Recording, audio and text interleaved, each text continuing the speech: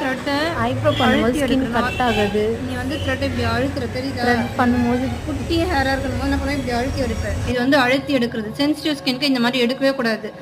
ரொம்ப குட்டி ஹேர் வரல அப்படின்னா மட்டும் தான் அந்த ஹேர் தான் நம்ம பண்ணுவோம். மற்றபடி நார்மலாக நம்ம த்ரெட் பண்ணுறது எப்படின்னா இப்படி தான் இருக்கும். கரெக்டா? இப்போது சென்சிட்டிவ் ஸ்கின்க்கு த்ரெட் பண்ணுறோம் அப்படின்னா இது தெரியுதா டிஃப்ரெண்ட் உனக்கு? தெரியுது. முடி மட்டும் தானே படுது, மட்டும் தான் படுது, த்ரெட் படலை.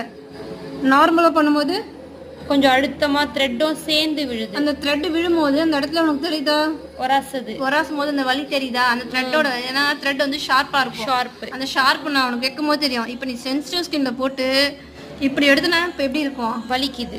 வலி அதிகமா இருக்கா? போடு வந்து என்ன ஆகும்னா அந்த இடத்துல போடு விழுந்துரும்.